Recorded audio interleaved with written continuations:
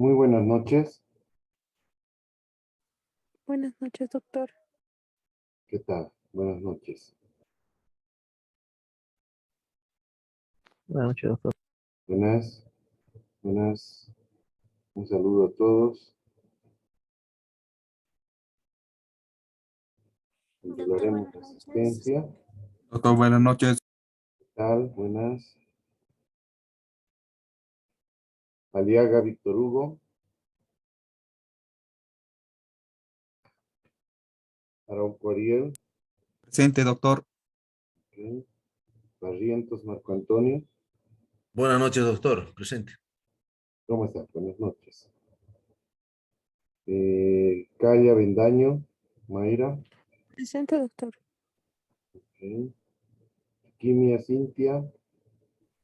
Buenas noches, presente, doctor. Okay. Chura Ángela. Crespo Hugo. Doctor, presente. Ok. Durán Mariluz. Presente, doctor. Buenas noches. Buenas noches. Enríquez Guillermo.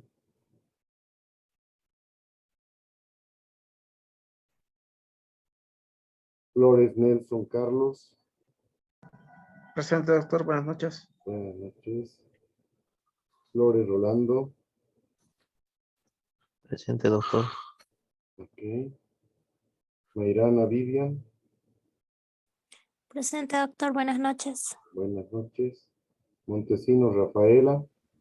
Doctor, buenas noches. Presente. Buenas noches. Panoso Giovanna. Ramos Juan Ronald. Presente, doctor. Ok. Romero Alan. Y Robles Andrea. Doctora Robles, por favor, si lo puede considerar, está un poquito mal de salud. Ok. Me indicó que se iba a comunicar con usted después. Muy bien.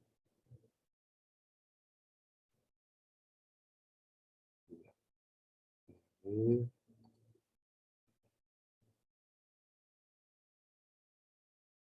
Vamos a compartir la presentación.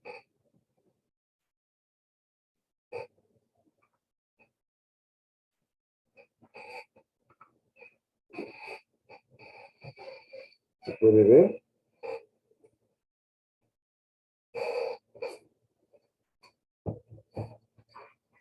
¿Se ve la presentación? Sí, doctor. Ya, gracias. Doctor. Muy bien, gracias.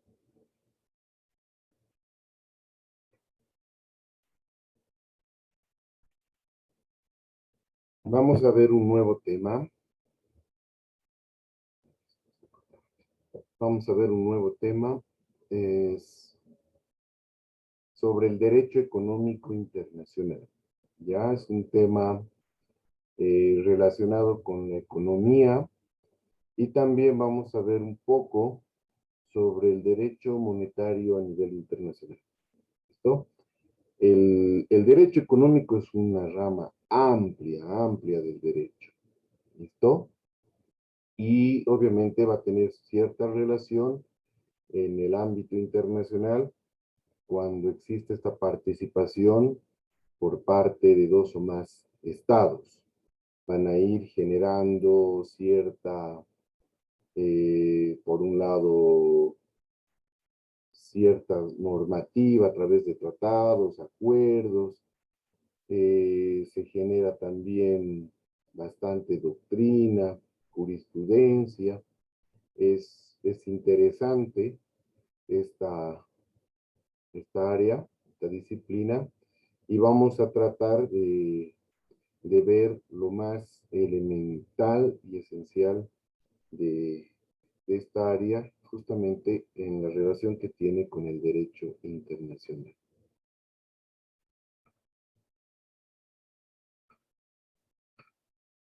De manera de introducción, vamos a decir que según la Carta de las Naciones Unidas, los estados acuerdan encarar los problemas económicos comunes a través de la cooperación internacional, que pueden ser canalizados a través de los mismos organismos internacionales. ¿Listo? Los estados entre sí, obviamente, van a tener, cada estado tiene un objetivo.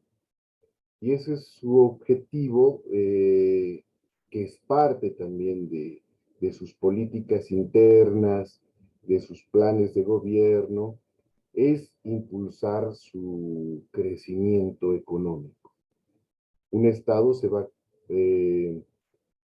va a poder consolidarse de una forma sostenible, va a poder mostrarse solvente, va a poder mostrarse con bastante fortaleza, vamos a decir, si así su economía también le va de alguna forma permitir poder atender todas sus necesidades, cumplir con las obligaciones que tiene como Estado y obviamente ir generando más ingresos económicos.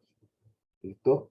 A partir de esta, vamos a decir, de la pandemia, ya son casi 2 años, se han dado bastantes cambios a nivel internacional justamente en el tema económico.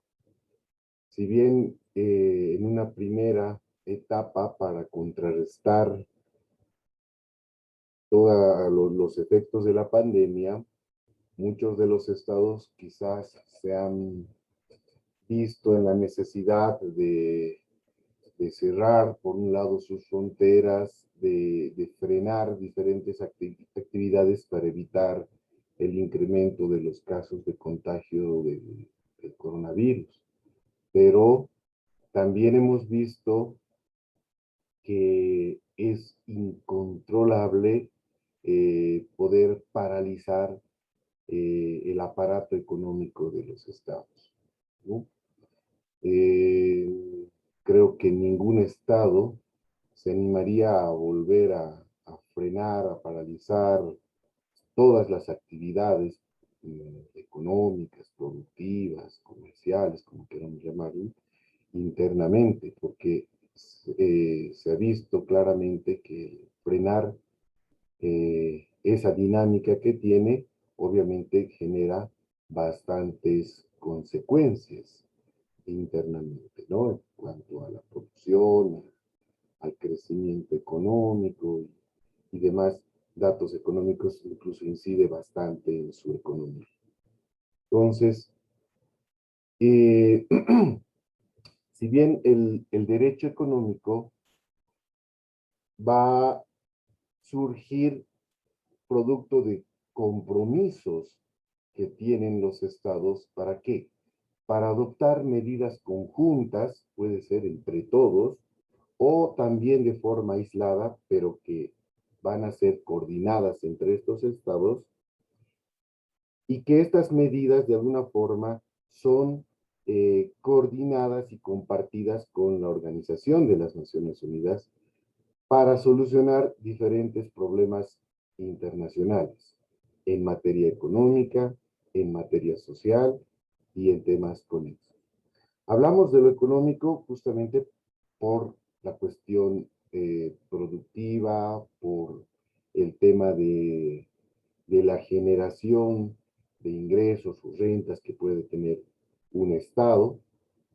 Y por otro lado, a partir de estos recursos que pueda generar un Estado, le van a ser útil para poder atender justamente las necesidades de su población, de la sociedad, brindar servicios, será de salud, será de educación y otros servicios, ¿no? Servicios básicos, todo lo relacionado a lo que el Estado, de alguna forma, debe brindar hacia su población.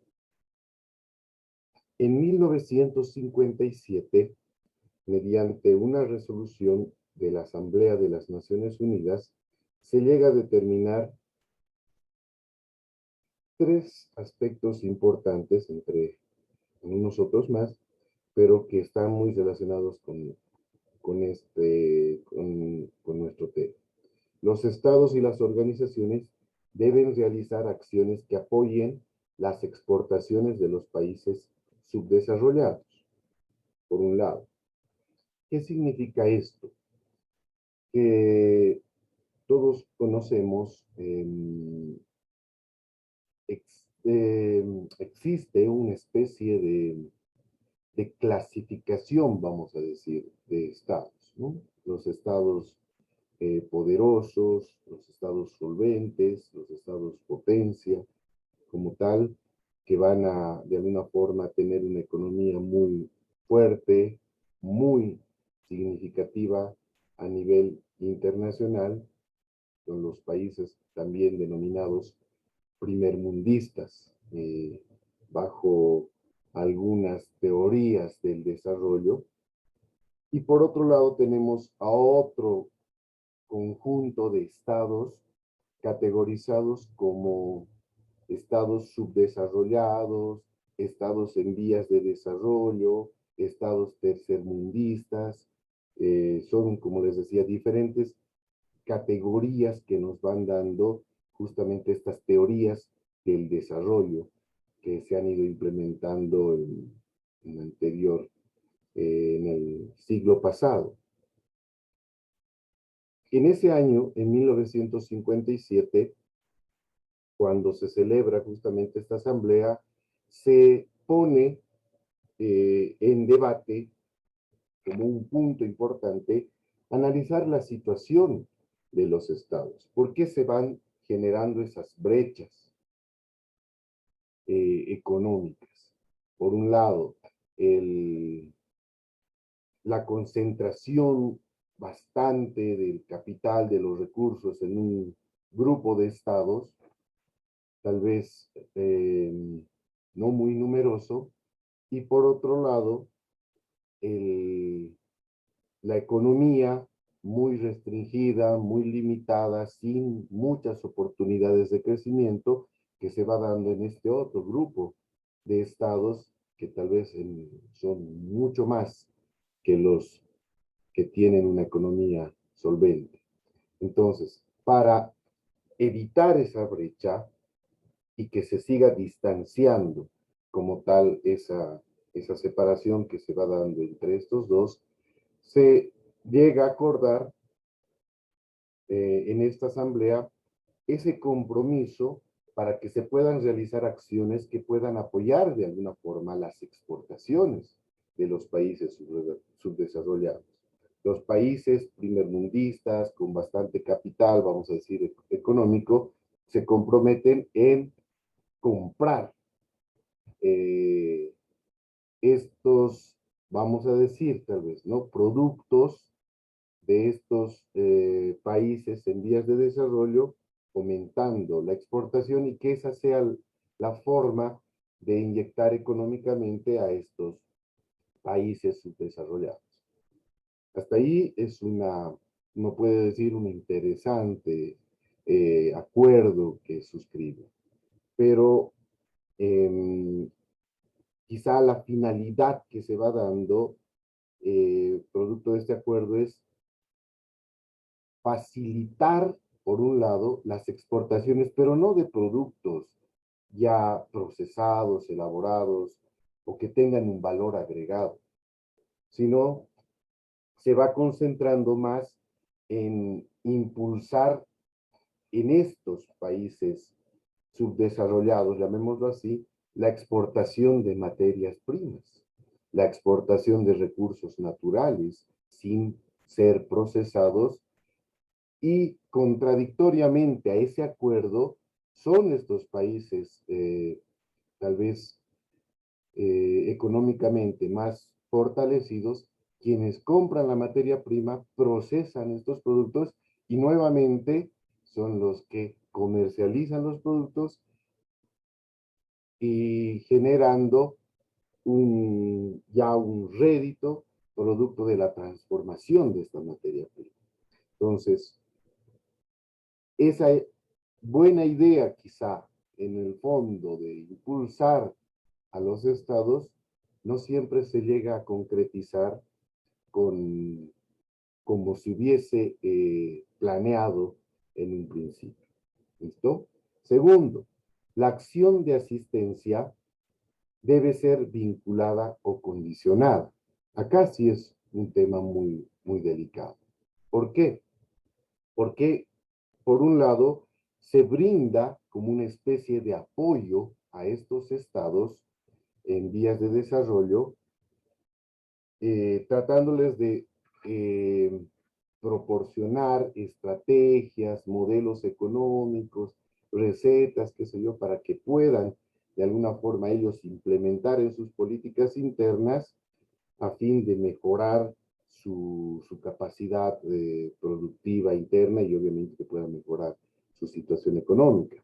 Pero lastimosamente estos apoyos son condicionados, ¿no? Un Estado le puede brindar la mano, como se dice, incluso en tema de exportaciones. Yo voy a comprar tus productos, aquellos recursos naturales o la materia prima que tú tengas en tu territorio, pero esa situación condicionada te dice a que tú puedas acceder tal vez a préstamos, tú puedas acceder a créditos u otro tipo de apoyo económico, pero que va a estar condicionado justamente con la implementación de estos modelos, puede ser, o estas condiciones para la compra y venta de estos productos.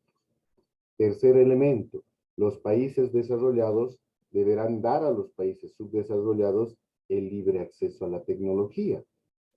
Esto es otro aspecto también interesante e importante, pero que no siempre se llega a materializar, ¿no? La tecnología va a depender mucho de cuán avanzado puede estar también un Estado en su educación, en su desarrollo tecnológico, en su capacidad también de poder implementar esta tecnología a través, qué sé yo, de sus diferentes sistemas informáticos, a través de los diferentes, de las diferentes industrias, la diferente tecnología que se llegue a implementar justamente en estos procesos de producción. ¿Listo? Entonces, si bien es significativo para el derecho económico internacional esta resolución de la Asamblea, pero vamos viendo que estos acuerdos planteados en ese momento, al final pueden convertirse en un ideal, pero que al final tienen un trasfondo, que obviamente los otros estados siguen aprovechando su potencialidad, sus capacidades, los recursos que llegan a tener, y esa brecha actualmente vemos que sigue siendo muy distanciada. ¿Listo? Eso a manera de introducción. Ahora veremos un poco sobre el concepto. ¿Qué será el derecho económico internacional? Ariel, ¿puedes darle lectura, por favor? Derecho económico internacional es el ordenamiento jurídico de las relaciones económicas de los estados y las organizaciones internacionales, pero también de los intercambios de bienes, servicios y factores de producción que realizan los particulares, incluyendo también los aspectos transfronterizos de las estructuras empresariales y estándares de producción. Ok, gracias. Nos dice que el derecho internacional, el derecho económico internacional va a estar compuesto por un conjunto de normas, este ordenamiento jurídico, pero que va a regular las relaciones económicas entre los estados. ¿Listo? Esos aspectos económicos que se pueden dar entre dos o más estados, pero también las relaciones que se dan con organizaciones internacionales u organismos internacionales. Acá aparecerán el Fondo Monetario Internacional, el Banco Mundial, el Banco Interamericano del Desarrollo, el BID, y otros organismos que son creados justamente como una forma de, bajo una estructura, vamos a decir, de, de una entidad financiera, un banco, donde uno puede acceder a obtener un préstamo y ese préstamo lo puede utilizar como cualquier persona, digamos, que no somos nosotros. Cuando acudimos a un banco nos prestamos para hacer un emprendimiento, para adquirir algún inmueble, qué sé yo, utilizar lo propio. Los estados podrán de alguna forma acceder a estos organismos internacionales para poder obtener ciertos créditos que les puedan ayudar en algunos proyectos de inversión que permitan generar o mejorar situaciones económicas internas dentro de un estado. ¿Listo? Pero también nos dice que se pueda dar el intercambio de bienes, servicios y factores de producción que realizan ¿quiénes? Los particulares. Y cuando hablamos de particulares, acá van a estar inmersas las empresas, las industrias que están dentro de un Estado, ¿no? Permitir justamente que una empresa nacional pueda tal vez exportar sus productos hacia otro estado, por un lado, pero también no solamente limitarse a esa figura o esa persona jurídica que es una empresa, sino a través de la misma producción interna, como en el caso de, hablemos, el, actualmente exportamos la quinoa, exportamos el café, son productores, en algunos casos no son empresarios, sino son comunidades o son otro tipo de organizaciones internas que se tiene que empiezan a comercializar sus productos al exterior. Entonces, esa posibilidad de realizar ese intercambio de bienes, servicios, factores y factores de producción también va a estar inmerso dentro del derecho económico internacional. Finalmente nos dice que también va a estar incluido aquellos aspectos transfronterizos de las estructuras empresariales y estándares de producción. ¿Qué significa esto? Que puede existir, obviamente, empresas que te puedan brindar servicios a nivel global, producto de la globalización. Estamos hablando de estas empresas de telecomunicación. Ahorita estamos utilizando, por ejemplo, el Zoom, ¿no? Y el Zoom vamos a decir que es un servicio que está producido, tendrá su central allá con una plataforma, creo que está en Estados Unidos, ¿no? Si no me equivoco, pero que te brinda un servicio a nivel mundial, ¿no? Uno puede hacer el uso justamente de estos servicios, al igual que el WhatsApp, al igual que el Facebook.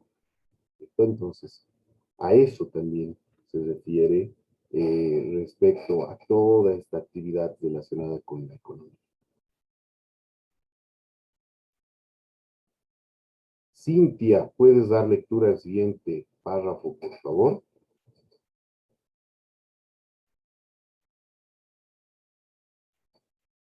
El derecho internacional, ¿está Cintia? Buenas noches, doctor. Sí.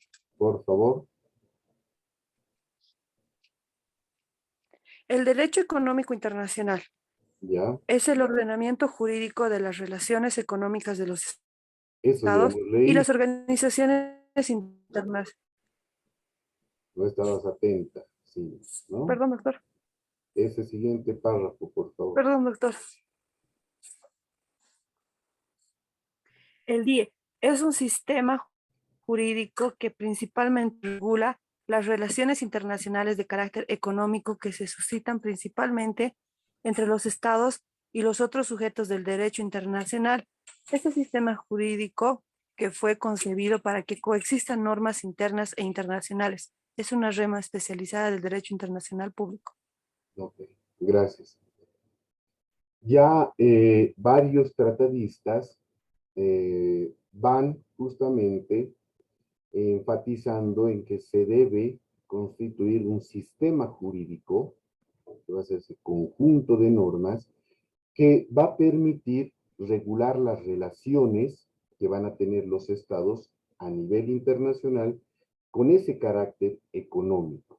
¿Listo? Entonces se va a ir compilando, ya se va a constituir un sistema que regule toda esa actividad económica entre los estados. ¿Listo? O entre los diferentes sujetos del derecho internacional público.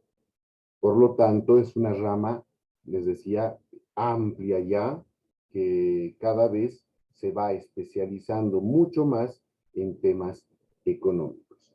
Por ende, Reuter nos dice ya, es la rama del derecho internacional público que busca reglamentar jurídicamente los problemas relativos a la producción, al consumo y a la circulación de la riqueza que se va a dar entre estos estados o entre los sujetos del derecho internacional público.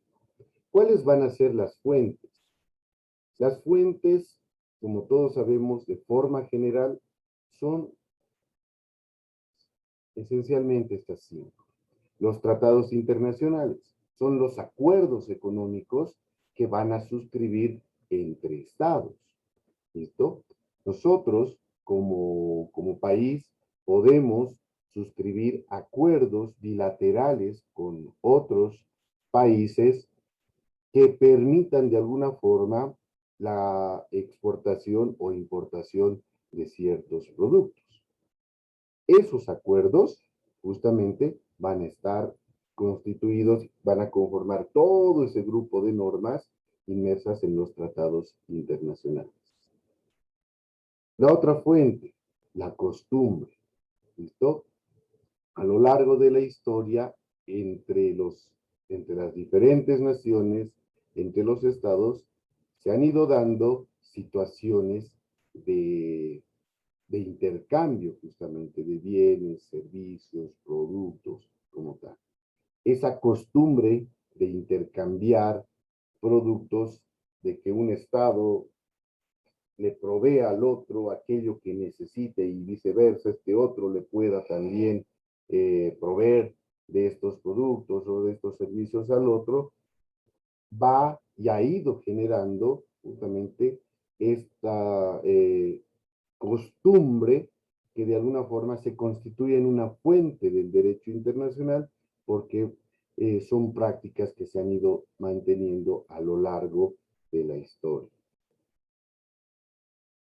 La tercera fuente, como conocemos, es la doctrina, y la doctrina va a estar justamente nutrida de diferentes teorías, de diferentes interpretaciones que van a tener tratadistas del derecho que se van especializando en el tema económico y que de alguna forma ellos van a interpretar o tratar de interpretar el espíritu que se va a dar en la suscripción de estos acuerdos internacionales. Son los que van a investigar justamente estas diferentes prácticas que se han ido dando a lo largo de la historia y que de alguna forma han ido nutriendo a la costumbre para ir planteando diferentes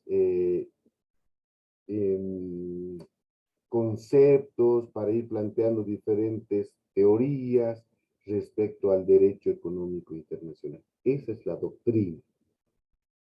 Los principios, como sabemos, nos van a ayudar justamente a interpretar algunos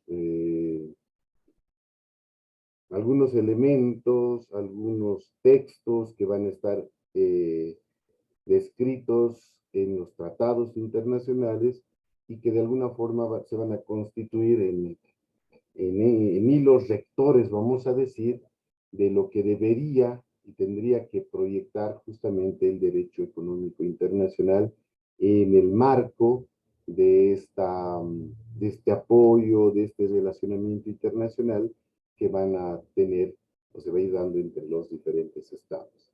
Finalmente, la jurisprudencia, todos sabemos, es un conjunto de resoluciones y emitidas por la autoridad jurisdiccional a nivel internacional que va a resolver casos concretos de problemas que se van dando entre estados, entre sujetos del derecho internacional ante diferentes situaciones que se van presentando.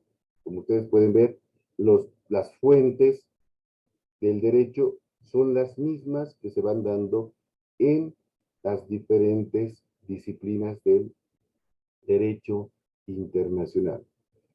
¿Listo? Pero se van a ir justamente relacionando con el tema específico que vamos viendo en cada uno de estos temas.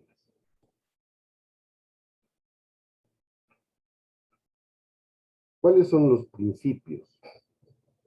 Vamos a enfatizar justamente en estos principios que de alguna forma van a tratar de ser ese hilo conductor que va a establecer o lo que se pretende lograr en el respecto a estas relaciones económicas entre los estados.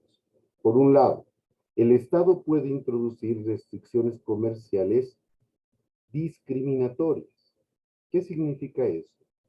Si bien el escenario a nivel internacional te va a permitir que los estados puedan celebrar acuerdos que viabilicen este intercambio de bienes y servicios como tal, pero un estado en el marco de su propia soberanía también, ante un tratado internacional que está tal vez por suscribir o alguna convención donde varios estados pretenden celebrar, permitiendo viabilizar nuevos escenarios para mejorar la economía, un estado puede introducir ciertas restricciones comerciales internas de alguna forma. ¿Para qué? Para cuidarse también internamente, evitar de alguna forma una especie de avasallamiento respecto a políticas internacionales a través de ciertas estrategias que permitan la libre circulación de productos en la comercialización interna o externa justamente de estos productos. Un Estado puede establecer estas restricciones. Y esto nosotros lo vemos justamente en los estados potencias, vamos a decir. Es cuán difícil es poder vender ciertos productos procesados o elaborados a estos países. ¿Listo? Se está cumpliendo nuestro primer tiempo. Les voy a pedir que volvamos a ingresar al mismo enlace una vez que se corte esta primera parte, por favor. ¿Listo? Si alguien tiene algún comentario, por favor, sobre este primer principio, lo vamos a ir compartiendo. ¿Alguien tiene alguna pregunta? ¿Qué opina?